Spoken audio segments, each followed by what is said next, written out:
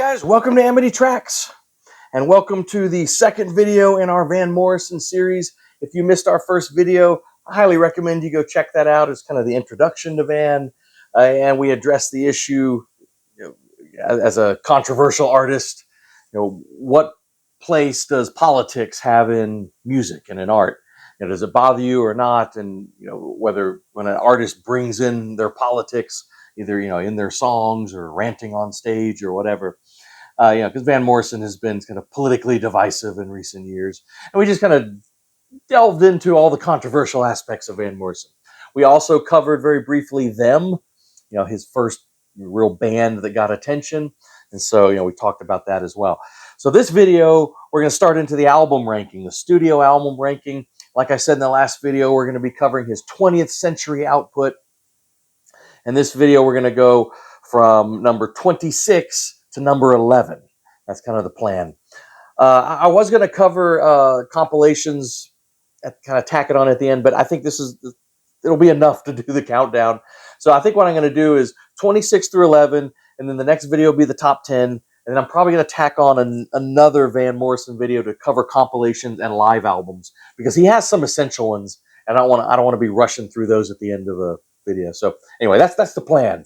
I think that's the battle plan. So let's get into this. Like I said, we're just covering 20th century Van Morrison, and I explained that in the last video why I'm doing that. There's one record I'm not including, and that's Tell Me Something, the songs of Mose Allison. It's really a collaboration record with Mose Allison, Georgie Fame, Ben Cedron from 1996. And I'm just not including that one because it's more of a collaboration record. Okay, so with that said, number 26, my least favorite Van Morrison record from the 20th century. Might surprise you that I'm going back to the 70s already, but 1977's A Period of Transition. Here he is. Contemplative Van. So this record was, he had this amazing run from about 1968 through 74. And it's just one of the great streaks in all of rock and roll. We did actually, a long time ago on this channel, I did a couple of videos on what I thought were great streaks from artists or bands. Van Morrison, I don't even remember if I covered him, but that would be one. Van Morrison from 68 to 74, amazing. I think he was just exhausted, and he took a break. He had just gotten divorced and took a break. So from 74 to here, to about 77, he didn't put out a record. That's probably the longest period of time between records in his whole career, if I'm correct. And A Period of Transition is the title here, and it sounds like that. It really is. What this sounds like is, it's like he's kind of warming up, after being gone for 3 years. It's kind of what he was doing. And he recorded the, kind of the warm-up sessions, the jam sessions, and then just put it out. To me, that's what this sounds like. It doesn't sound like a fully baked Van Morrison record. There's some groovy stuff on here. By far my favorite song is You Gotta Make It Through the World, which is the opening track. That one really is pretty groovy. If the rest of the record was that good, it would be higher. But it's just nothing else on this really sticks with me at all. Kind of a shame, because it does kind of have a nice groove to it. And Dr. John helps out on a lot of, I think he does some production. He actually co-produces with Van Morrison. That's kind of intriguing, Dr. John working with Van Morrison. That should be good. But it really is a period of transition. All right. Coming in at number 25, I used to own on CD, but I think I sold it in one of my purges. So it is Days Like This from 1995. Kind of paint by numbers, Van. This sort of sounds like, to me, sort of the rut he's been in the 21st century. These sort of mid-tempo R&B, music, and then some slow songs. And I just nothing really jumps out at me on this one. He's kind of got, well, except for one. Hang on, this is sort of bitter Van. When he's kind of angry about things, but there's one track on here which is like transcendently great. It's so weird. The rest of this record to me is totally forgettable. But there's ones, and it's like 8-minute song too, so it's pretty substantial. Is Ancient Highway. Ancient Highway is so weird. You listen to this record, and it's just, yeah. I mean, it really does sound like he's just sort of cruising, like on cruise control, until he gets to this, and it like harkens back to, Listen to the Lion or something. It's one of these just transcendently great songs. It sounds different than every other song on here. This acoustic guitar and this. I remember I haven't listened to it in a while, but there's a great trumpet in there, I think, and it's just gorgeous. And Van does his interesting thing. I don't think I've never really heard someone else. Maybe some other people do this. But, Van Morrison plays a pretty good harmonica, and he plays some harmonica on here, and where he starts sort of singing almost like, grunting or whatever through the harmonica. So you get this interesting sort of singing voice, not saying any lyrics, it's just sort of making sounds, but through the harmonica. And so you hear the harmonica and the voice, and it's really interesting. I can't decide sometimes whether it's really good but it's very interesting. Anyway, he does that at the end. I kind of near the end of this song when it just falls away from even just lyrics, and it's just pure emotion. Anyway, it's just one of these gems on an otherwise pretty mediocre record. All right, so number 24 is actually one that I've never owned, but I've listened to, and it's 1988 Irish Heartbeat, a collaboration he did with the Chieftains, and it's actually very good. I've listened to it multiple times. It's very good. If you're into this, it's very much a genre record, sort of Irish folk, and very good. In that genre, that genre is just kind of not my thing. So, All right, number 23, we get it. We really get into the 80s here. Now, 80s Van Morrison has always fascinated me. Kind of like 80s Neil Young or 80s Dylan. It's a very unique period for him, very fascinating period for him. Although 80s Van Morrison was critically way more respected than 80s Neil and 80s Dylan, I think, generally speaking, like just from the critics. So it wasn't like totally just this weird, but it's harder to get into for people. You really have to kind of dive into it and really go into it on Van's terms. But this record, so I'm actually a big fan of 80s Van Morrison. But this is my least favorite of the 80s records. And 1984's A Sense of Wonder. I think it's the least interesting of that period. Kind of schmaltzy. To me, the first half especially is kind of dull. Like a matador. I don't know what that is. But, kind of dull to me. The second half is way more interesting. So, you stick with it. And the second half, I think, is a lot more interesting. The title track, I think, is gorgeous. Is it Boffy, Flo, and Spike? It's an instrumental. I think it's kind of Celtic instrument. He really kind of gets into that Celtic soul, which is good. Let the Slave Incorporating the Price of Experience is the title of this. Is really good too. With some really good spoken word. As great of a singer as Van Morrison is, I actually really enjoy when he gets into that spoken word. I think it's just really interesting. And there's a song actually we're going to talk about very soon here, which I think is transcendently great when he gets into spoken word. In fact, it's on this next album.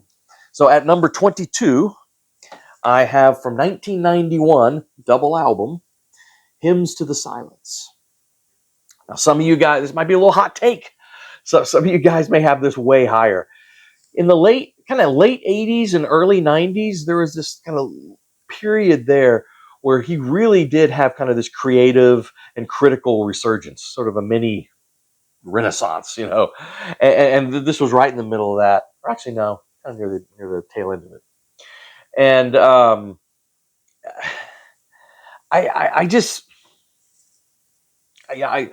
it doesn't jump out at me for some reason. I mean, there are people that love this record. I admire the ambition, double album, I mean, it was 20, 21 songs. Now, I admire the ambition, but yeah, to me, it's the classic. This would have made a really great single record. You pick the best songs off of here, and I would have pushed it way up if you made one record off the best songs from here.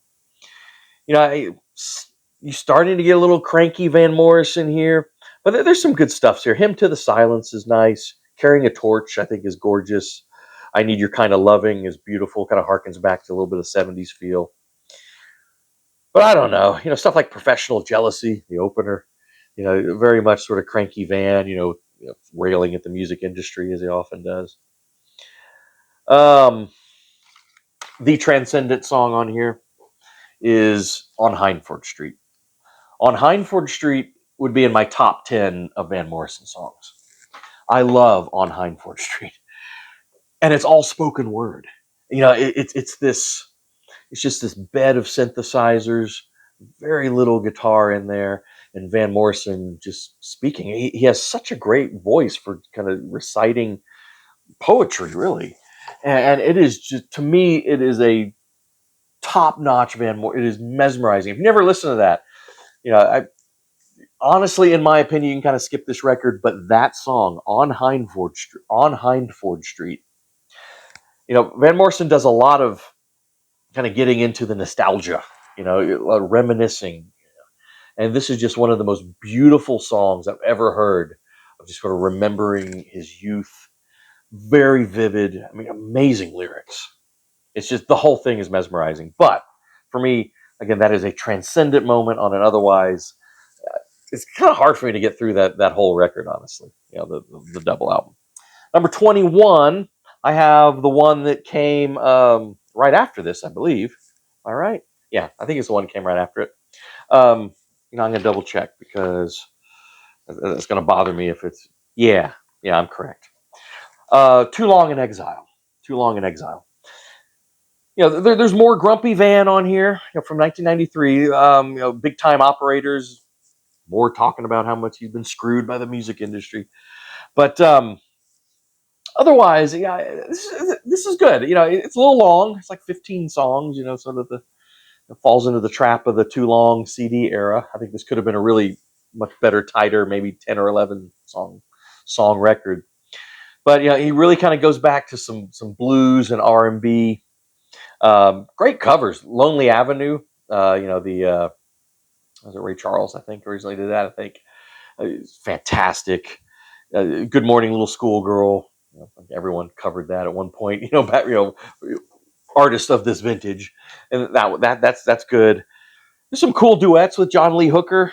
He pulls out Gloria and duets with John Lee Hooker on that, and the Wasted Years. Honestly, John Lee Hooker.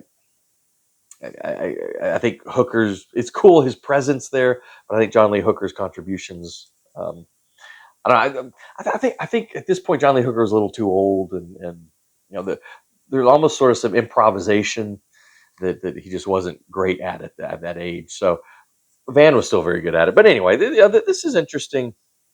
Good stuff. Good stuff. A little long. All right. Number 20 from 1999, the last one in time that we're covering in this countdown, is Back on Top. This is also one that I had at some point, but I believe I purged. The problem with Van Morrison, I mentioned this before, is he knows that he's as talented as he is. It really is. And so sometimes he does kind of get on this cruise control and still sound really good. But he kind of falls into this comfortable kind of R&B influence groove again that really hits, throughout the 21st century, really. And it sort of makes those records kind of blend together for me. It's this record is good while you're listening to it. Actually, it's really enjoyable. But again, when it's done, there's not a whole lot that sticks with me. So the song "Philosopher's Stone" I think is good. There's a lot of Van's playing a lot of good harmonica on here. I got to give him that. All right, number 19 here. I go with 1997, so the one before that one, The Healing Game. Now this is one that was kind of heralded, one of many of return to form, and it's very good. It actually is very good. So he had kind of a really strong streak, like I said, in the late '80s into the early '90s. Hymns to the Silence was usually included in there.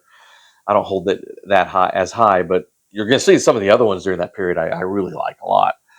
But by the mid '90s, he was kind of in a slump, kind of creatively, I think.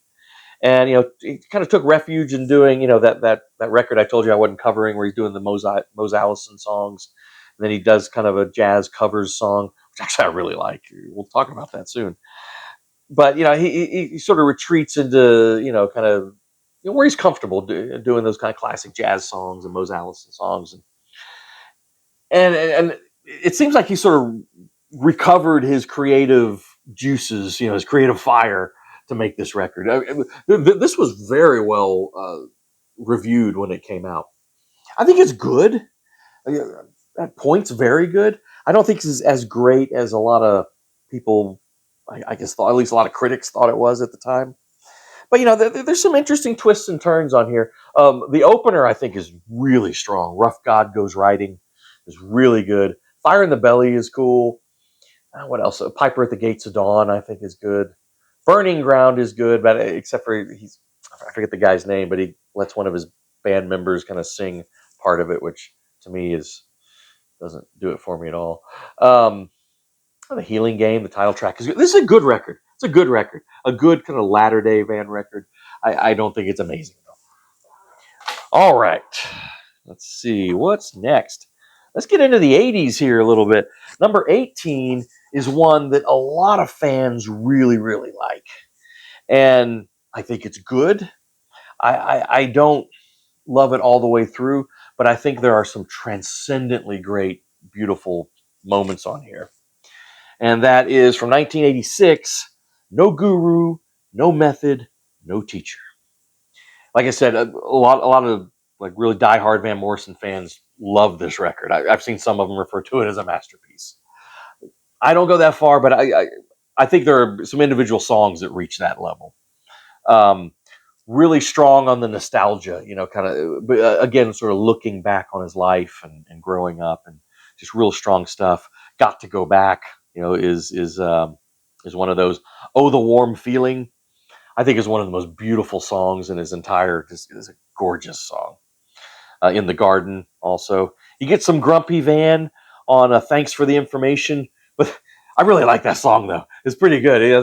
I think it's the only song on here that really, you could really kind of call rock and roll or rock. It's got some guitar in there.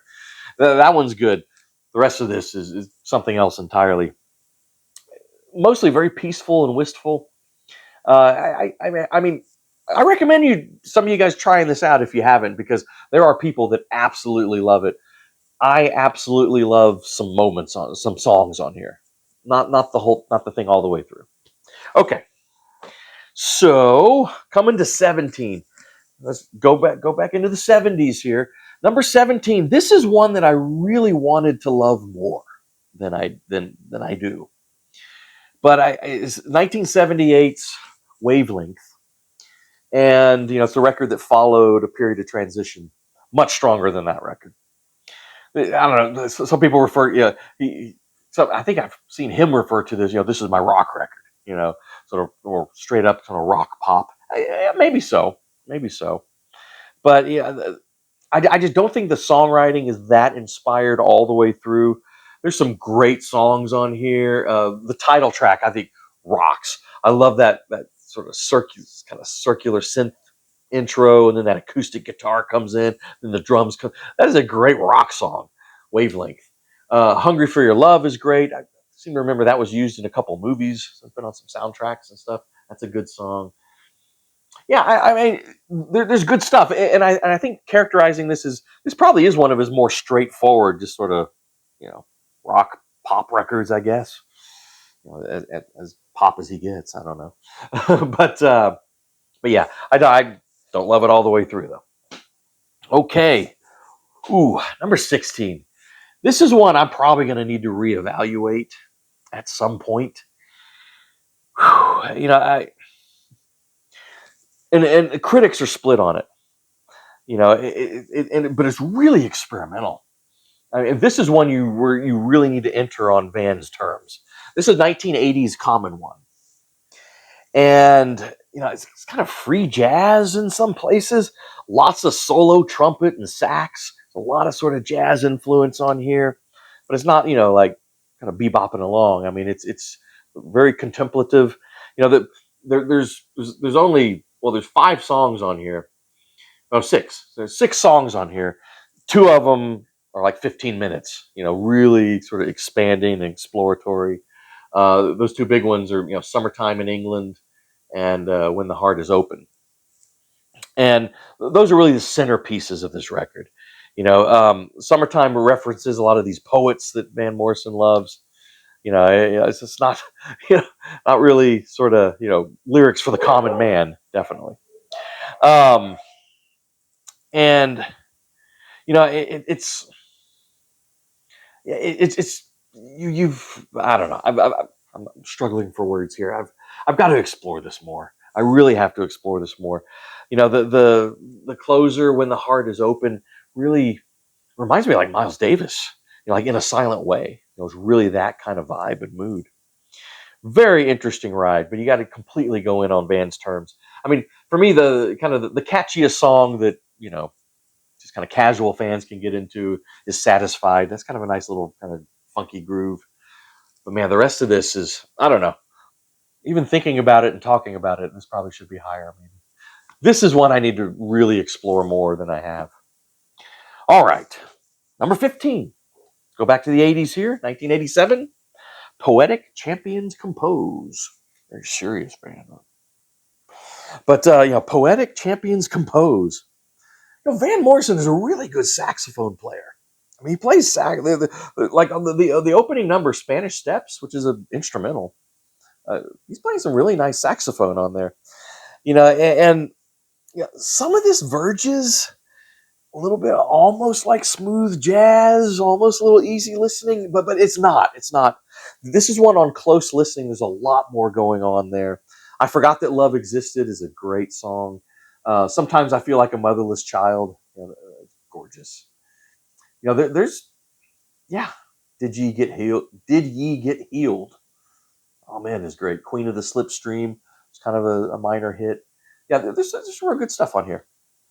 All right, let's see here. Number 14 is a very interesting record called "The Inarticulate Speech of the Heart" from 1983.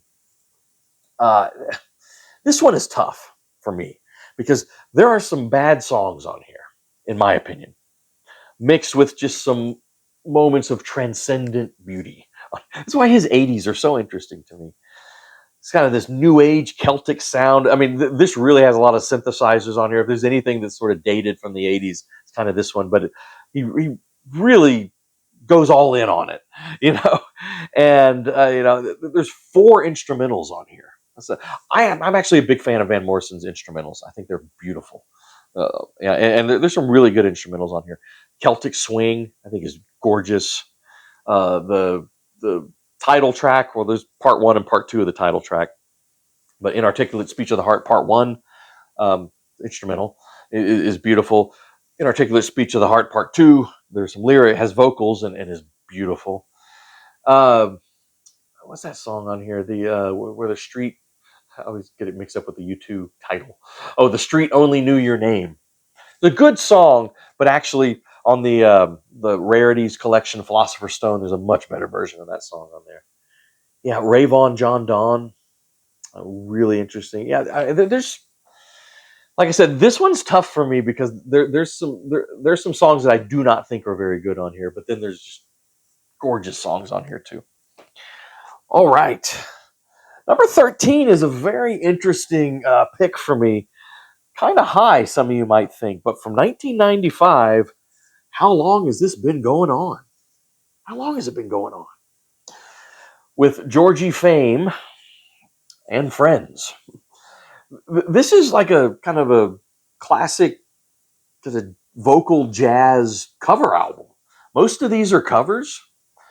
He takes a few of his own older songs, that were already kind of jazzy, and just makes them more jazzy. Like "I Will Be There," "Moon Dance," kind of does like a 7-minute version of "Moon Dance" on there. "All Saints Day" is one of his songs. And I think he has a new song on the Heathrow Shuffle, which I think is an instrumental, if I remember right. But most of this stuff is, kind of classic jazz covers, basically. You might think, well, but I told you he was kind of in this slump creatively. I think, at least sort of writing songs in the mid '90s. So he returned to his roots here, and I think really found some inspiration on here.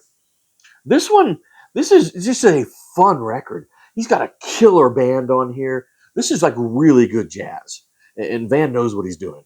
And this is surprisingly very enjoyable. I've got this ranked kind of high for like a covers album. It's essentially what it is, but I think it's fantastic. Love it, love it. All right, number 12 is a record that Van Morrison hates, and it's his debut, "Blowin' Your Mind," and this. So from 1967, "Blowin' Your Mind." Burt Burns had a lot to do with this. In fact, Burt Burns basically took, that was his early producer who he had a lot of problems with, who produced them, and then kind of his very beginning of his solo career.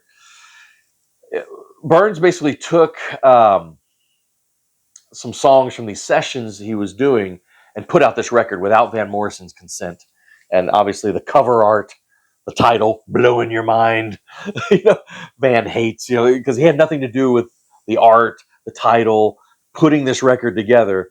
And I think he found out about it after it came out. All that being said, it's a really good record.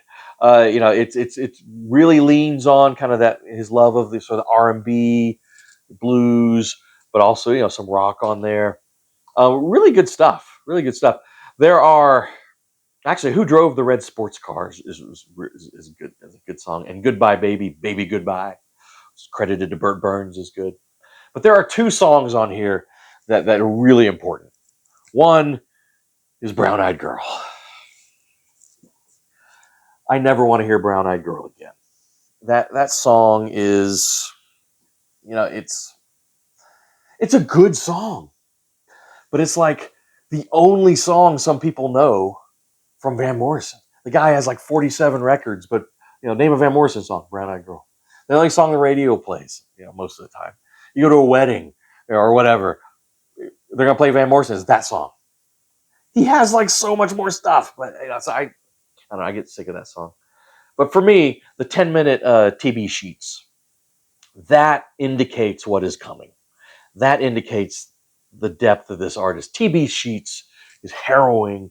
It is a mesmerizing, almost drone. Not really drone, but it just kind of keeps on this groove.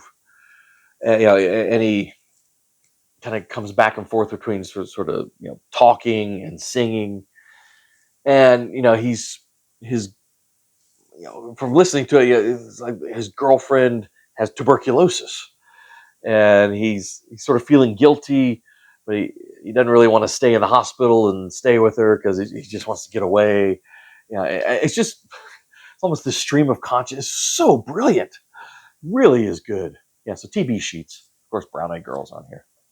All right, the final one, number 11, the final one in this particular video. We'll do the top 10 in the next video. I do have from 1990, "Enlightenment."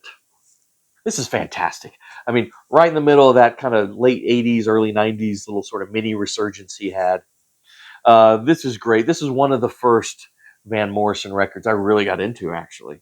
And I was really hooked. Some excellent moments. The first two tracks are just amazing. God, if this record could have kept that level of those first two tracks, it would easily be high up in the top 10. A Real Gone. Man, he hadn't sounded that energized in like 12 years at least. I got to go back to an album 12 years prior to this, which we'll talk about in the next episode, where he had that kind of sort of energy. The horns are just pumping. It's so good. And then the title track is a beautiful song, kind of explanation of Buddhism, Enlightenment. It's really, really interesting. And it's a beautiful song, man. From there, it does kind of settle into more of, kind of the standard sort of Van Morrison groove, but really good stuff on there. It really hits that nostalgia button again, looking back. See Me Through is a great example of that. Youth of a Thousand Summers. Yeah, it's just a beautiful record all the way through. It's really, really great. In the days before rock and roll is a miss for me. That was almost a brilliant song. Also, sort of, again, this kind of looking back, nostalgia. And it has sort of this spoken word interlude that's done by Irish poet Paul Durkin.